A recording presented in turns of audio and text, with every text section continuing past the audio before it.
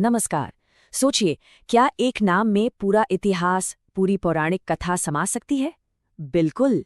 आज हम चामुंडा देवी नंदीकेश्वर धाम के नाम के पीछे छुपी इन्हीं जबरदस्त कहानियों को समझने की कोशिश करेंगे। तो चलिए इस नाम को एक एक करके तोड़ते हैं और देखते हैं कि हर हिस्से में कौन सी कहानी, कौन सा रहस्य छिपा हुआ है। तो सबसे पहले बात करते हैं नाम के सबसे जाने माने हिस्से की, चामुंडा। ये नाम हमें सीधा ले जाता है हजारों साल पीछे, एक ऐसे भयंकर युद्ध में जो देवताओं और असुरों के बीच लड़ा गया था।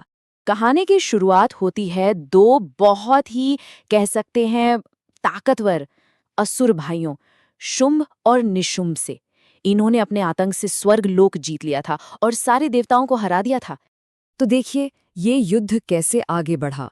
शुंभ निशुंभ ने अपने दो सबसे खतरनाक सेनापति चंड और मुंड को भेजा।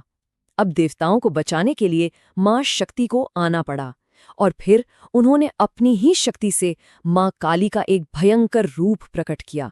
बस फिर क्या था, मां काली ने दोनों चंड और मुंड दोनों का ही वध कर दिया।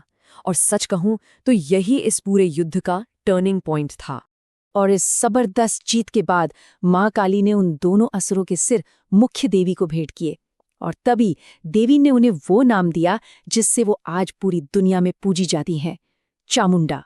तो अब ये बिल्कुल साफ है ना?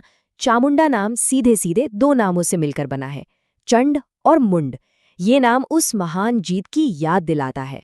तो पौराणिक कथा तो समझ आ गई, लेकिन सवाल ये है कि यही जगह क्यों, मतलब ये खास मंदिर इतना पवित्र क्यों माना जाता है? इसकी कहानी भी उतनी ही दिलचस्प है। तो चलिए अब हजारों साल आगे चलते हैं, पौराणिक कथाओं से निकलकर इतिहास में, क्योंकि इस मंदिर के बनने की कहानी आज से लगभग 400 साल पहले की ही है। इसकी शुरुआत हुई एक दिव्य सपने से। हुआ ये कि एक राजा और एक पुजारी दोनों को एक ही सपना आया। सपने में देवी ने पुजारी को एक खास जगह बताई और कहा कि वहां खुदाई करो। और जानते हैं क्या हुआ? वहां से मां चामुंडा की एक बहुत ही पुरानी मूर्ति निकली। बस उसी मूर्ति की प्राण प्रतिष्ठा करके इस मंदिर की स्थापना की गई, जहां ये आज भी मौजूद है। तो चामुंडा वाला हिस्सा तो क्लियर हो गया। अब नाम के दूसरे हिस्से पर आते हैं, नंदीकेश्वर धाम। चलिए देखते हैं कि ये शब्द इस जगह को और कितना खास बनाता है। और देखिए, यही इस जगह को और भी खास बना देता है। ये सिर्फ एक देवी का स्थान नहीं है, ये असल में शक्ति और शिव का संगम है। एक तरफ मां चामुंडा है जो शक्ति का प्रतीक है, और दूसरी तरफ है नंदीश्वर यानी भगवान शिव। क्या कमाल का संतुलन है। बिल्कुल, मुख्य मंदिर के ठीक पीछे भगवान शिव का एक छोटा और बहुत पुराना मंदिर है, जहां वो नंदीश्वर के रूप में है। और यही वजह है कि लोग यहाँ दोनों का, शक्ति और शिव दोनों का आशीर्वाद लेने आते हैं। और इसीलिए ये जगह सिर्फ मंदिर नहीं, एक पूरा धाम है, एक पवित्र घर। लेकिन कहानी अभी खत्म नहीं हुई है।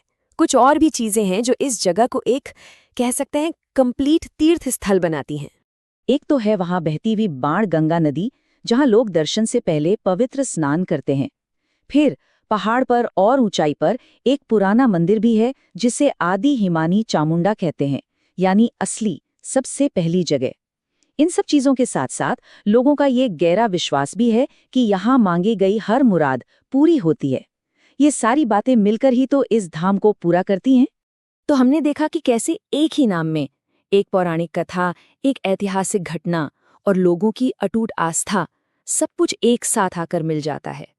और ये सोचने वाली बात है ना, कि क्या हमारे सबसे पवित्र तीर्थ स्थल ऐसे ही बनते हैं, एक पौराणिक कहानी और एक दिव्य सपने के संगम से।